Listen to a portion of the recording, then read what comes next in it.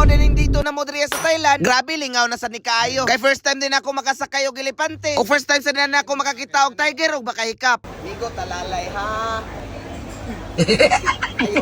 Oh, grabe pang pagkadaganag day tabo sa moan dito diri sa Thailand. Mao nang tiwasa jud ninyo na video mga idol.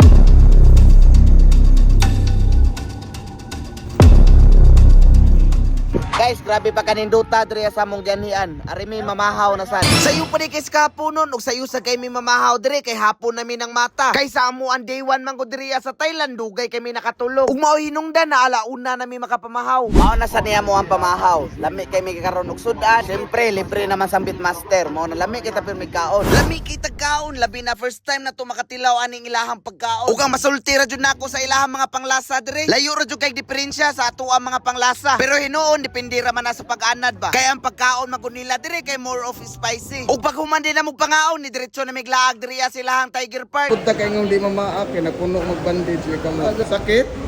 Oh, na kay magkiat man. Punta kay ngong di mamaak kay naanay ba? Nali ko ng lubot sir. Sigo talalay ha. Okay.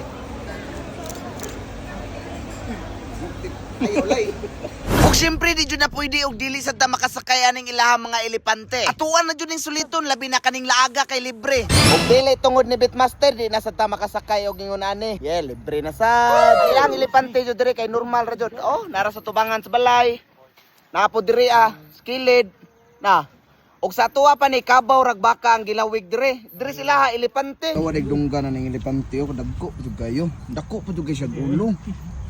Tanawan niyo sa Beatmaster, duha ka buok elepante ang amo ang gipalit dire.